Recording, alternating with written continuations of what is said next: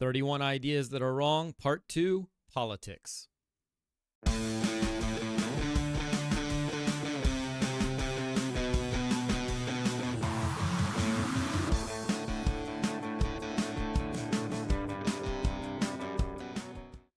Hello, and welcome to the Bystander Effect, where we see what's happening but don't stay silent. My name is Keith, and today is the continuation of my series called 31 Ideas That Are Wrong. Last time, I talked about international relations, but today we're going to be discussing politics. So, without further ado, let's get started with numbers 7 through 14. First up, the United States is a democracy. It's from its constitution and voting. It's seen as the oldest modern democracy in the world. No, it's not. Studies have shown this, that regular people, citizens, actually have little to no influence on government policy. So who does? Well, wealthy elites can see the influence of money in elections, whether it's through industry lobbying or billionaire individual donors. There's been a full corporate coup d'etat takeover of the government institutions in the United States. It's not a democratic society. So if it isn't a democracy, what is the United States? Well, here we have to look to Sheldon Wolin and his thesis of an inverted totalitarianism. So under totalitarianism, all power is concentrated in one place. And in classical totalitarianism, it's centralized in a figure. Like Hitler, Stalin, all power is centralized in one place. In inverted totalitarianism, power is just as centralized. It's not dispersed amongst the people, but it's centralized in the anonymous corporate system, not in a figure, but in a system.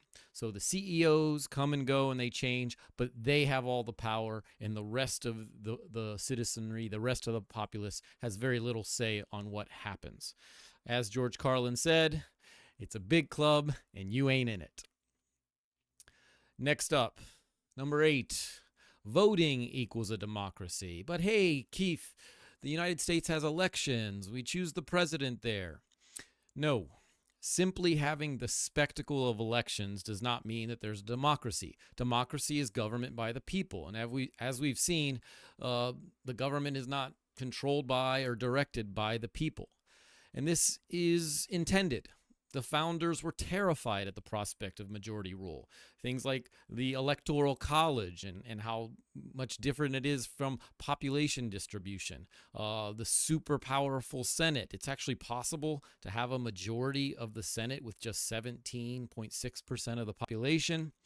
In other ways, the ridiculous modern practice of gerrymandering. So just having the ability to press a button between one of two candidates doesn't mean a democracy exists. And all of this kind of exposes an over-reliance on the idea of electoral democracy or representative democracy, which isn't the only way to get at government by the people.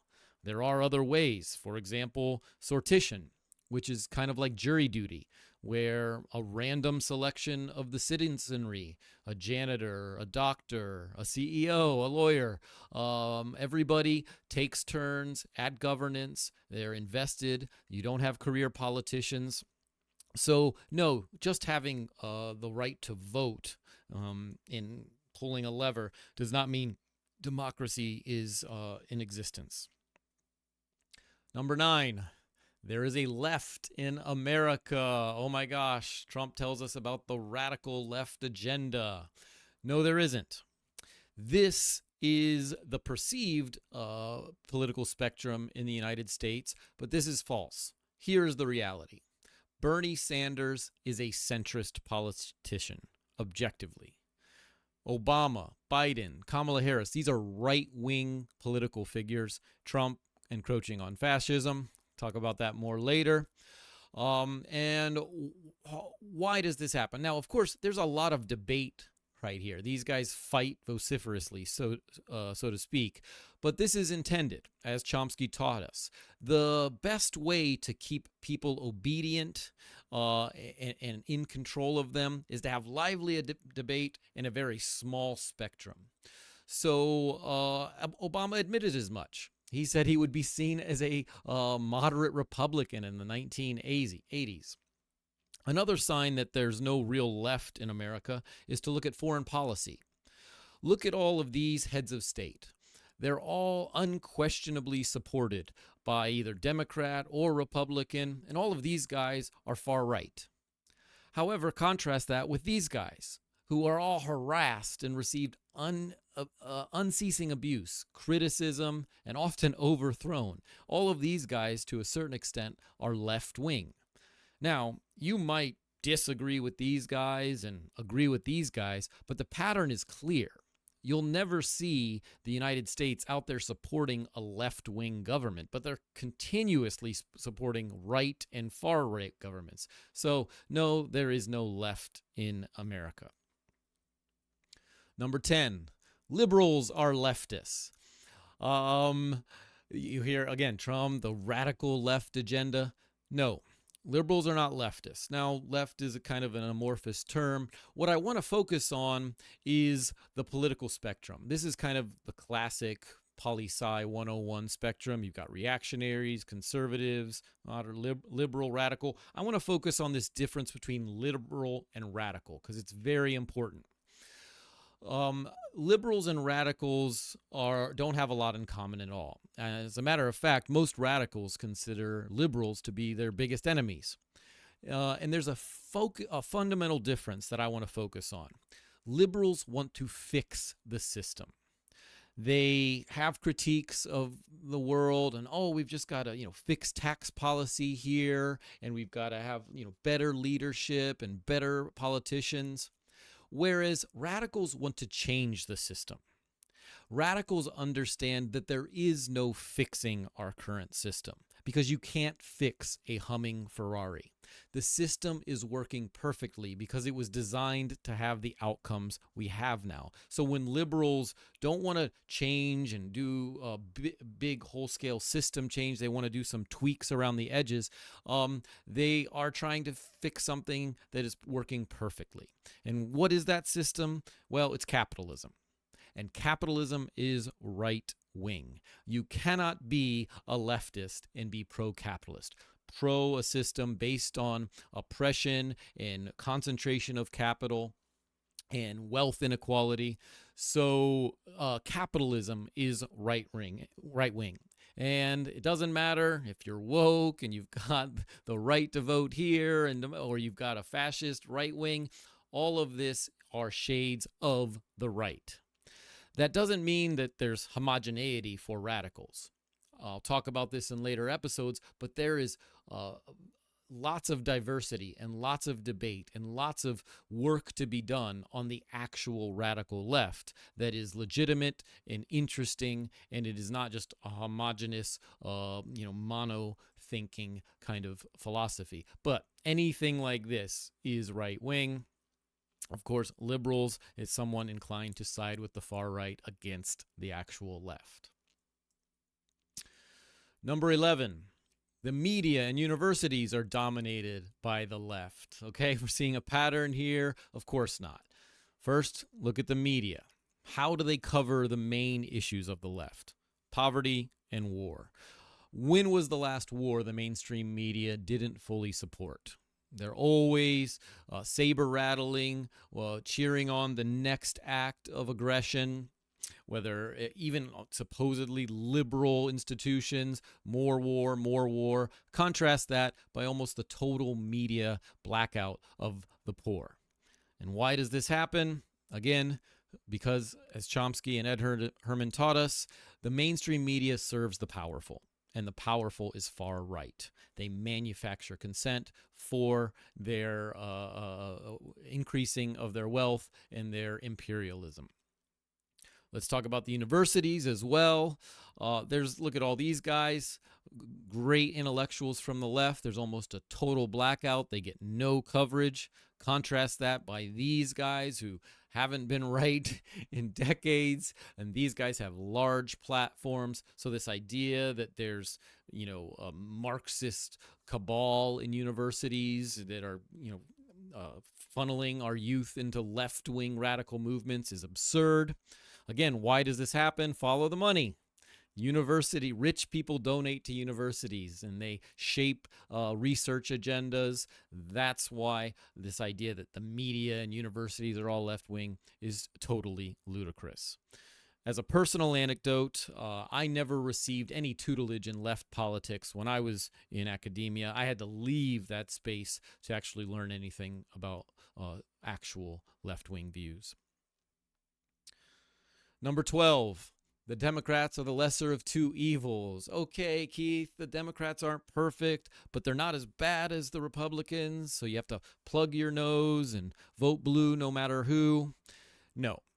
There is one pro-business party. The Democrats and Republicans share in common much more than they differ. Defense spending, imperialism is the main one. But as a matter of fact, as the late great Glenn Ford once claimed, the Democrats are not the lesser of two evils. They're often the more effective of two evils. They pass things that Republicans could only dream of, like NAFTA, just give away to corporations and crushing the working class, the crime bill, which ballooned the prison population, the telecom bill that consolidated media. So we have this, the Fox News versus MSNBC echo chamber. Glass-Steagall, which wrecked the economy. Republicans were trying to get something like this passed for decades, but it took a Democrat to get it passed. Even Obamacare, seen as this, socialist takeover of healthcare, it's actually a Heritage Foundation plan by Mitt Romney in Massachusetts. So, no, the Democrats are not the lesser of two evils.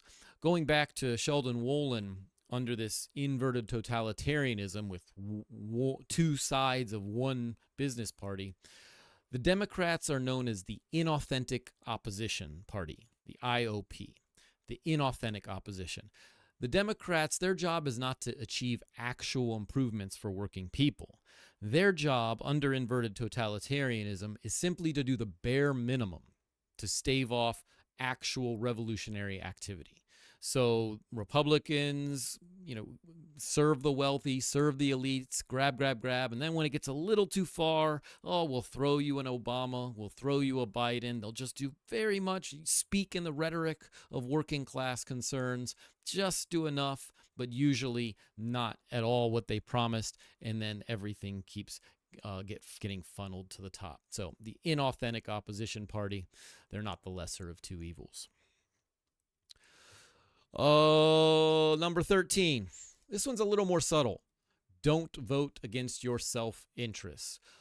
Liberals often bemoan that working people vote against their self-interest when they support conservatives because most conservatives, their economic policy is simply give the rich more. And while this is somewhat true, I disagree with the framing. Self-interest should not be the only or even the main concern during civics. Civics are the privileges and obligations of citizens. Your politics should not be like a menu at a restaurant where you say, look at candidates, I'll take some of this, and I'll take some of this, and I'd like some of that. This will help me. This will help me. Your political identity should not be based on what gets you the most, but what kind of world you want to live in. And this is fundamental for any democratic society. Last one up, number 14, and perhaps the most important. The point of politics is to get good people in power. You hear a lot when people talk about politics and they focus on leaders or candidates and who they support or who they will try to get elected. If Bernie had won in 2016, or oh my gosh, Mamdani is going to change things. No, the point of politics is not to get good people in power. People in power are not your friend. Elected representatives are not your allies. Your job is to fight them, whoever is in office. Karl Popper had it right. The question is not, how do we get good people to rule? That's the wrong question. The question is, how do we make the powerful afraid of us? This is so important for understanding what politics really is. It's a game of fear. Every major advancement that improved the lives of working people and progressed the world forward was not done by a leader who said, vote for me and I'll do it. Look back in history, whether it's the abolition of slavery or the labor rights movement, 5-day work week, 8-hour workday, women's suffrage, the civil rights movement, even gay marriage. No politician said, vote for me and I'll do this. It was all won, despite who was in office, by pressure from outside. That's the point of politics, is to make the powerful afraid. You can do more with a 10-day general strike than elections for a century. So, that's it. 31 ideas that are wrong, politics style. What do you think of this list? Do you agree? Do you disagree? Did I miss anything? And please join me next time for perhaps my favorite in this series when I talk about ideas that are wrong about economics. Thanks a lot. Thanks for watching. And please, if you liked that video, don't forget to click like, subscribe, comment down below. I'll have more videos coming out on a regular basis as well, so you can follow me all over the internet at some of these accounts, and I'll see you in the next one.